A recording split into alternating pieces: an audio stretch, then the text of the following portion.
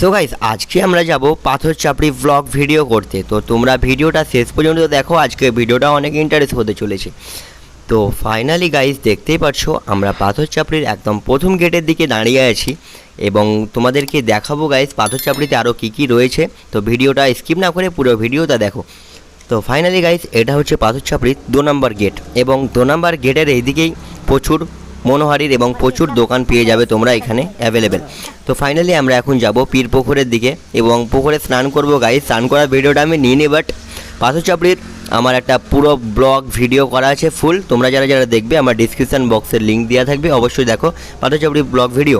তো গাইস দেখতেই পাচ্ছো ফাইনালি আমরা একদম পাথর চাপড়ি দাদা বাবা মাজারের সামনে দাঁড়িয়েছি। গাইস মাজারটা এত সুন্দর আলহামদুলিল্লাহ, অনেক ভালো। তোমরা আসো, অনেক ভালো। তো গাইস আজকের ভিডিওটা এই পর্যন্ত। তোমরা যারা যারা আমার বড় ভিডিও দেখবে আমার ডিসক্রিপশানে লিঙ্কে দিয়ে ক্লিক করে